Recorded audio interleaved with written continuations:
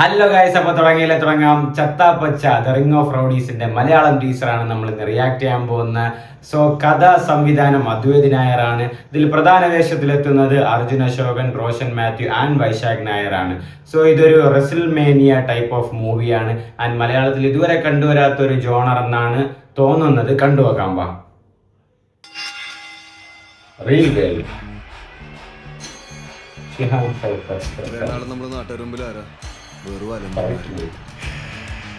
ഇതുവരെ കേട്ട പുച്ചവും കളിയാക്കലൊക്കെ ഈ കൈവെള്ള ചുരുട്ടിപ്പിടിച്ച് നല്ല ഇടിയിടിച്ച് നാട്ടുകാരെ കൊണ്ട് കൈയടിപ്പിക്കണ്ടേ?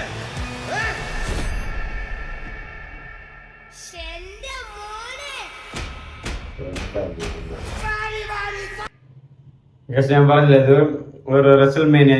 നേരത്തെ മുമ്പ് ഇതിന്റെ ഒരു ടോക്കൊക്കെ ഉണ്ടായിരുന്നു. അർജുൻ അശോകൻ, റോഷൻ മാത്യു ഒക്കെയാണ് മെയിൻ ലീഡിലായിട്ട് വരുന്നത്. തുടക്കം തന്നെ ആ ഒരു വൈബ് ക്രിയേറ്റ് ആവുന്നുണ്ട്. ഫൈറ്റ് ക്ലബ്ബ് പോലത്തെ അങ്ങനത്തെ, അതായത് ഫൈറ്റ് ക്ലബ്ബ് സിനിമയായിട്ടല്ല ഞാൻ ഉപയോഗിക്കുന്നത്, ഫൈറ്റ് ക്ലബ്ബ്, ഇടി ക്ലബ്ബ്.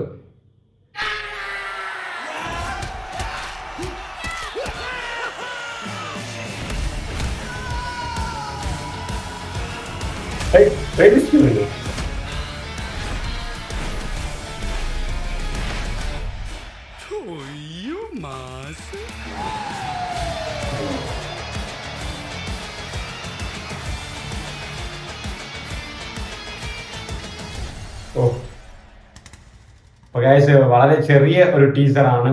ആൻഡ് എനിക്ക് തോന്നുന്നു ഇതിലെല്ലാവരുടെ റോളും നല്ലൊരു പവർഫുൾ റോളായിരിക്കും. ആൻഡ് ഈ സിനിമ കണ്ടിട്ടും നല്ലൊരു ഇമ്പാക്റ്റ് മലയാള സിനിമയ്ക്ക്, ഒരു ജോണർ ഷിഫ്റ്റ് വരുമെന്ന് തന്നെയാണ് തോന്നുന്നത്. നല്ലൊരു സിമ്പിൾ കിടിലൻ ടീസറാണിത്. ഞാൻ പറഞ്ഞില്ലേ, അതൊരു ഇഡി ടൈപ്പ് പടമാണ്. അതിനൊരു വെറൈറ്റി, അതിൻ്റെ ആ ഗ്രേ ഷെയ്ഡും കാര്യങ്ങളൊക്കെ കാണുമ്പോൾ തന്നെ ഒരു പടത്തിന് ആ മൂഡ് മാറുന്നുണ്ട്. നല്ല ടീസർ. അതിന് ഇതുപോലെ ഞാൻ പറഞ്ഞു, ഇത് ഒരു കുറേ ആയിട്ട് വർക്ക് ചെയ്യുന്ന ഒരു സിനിമയാണിത്.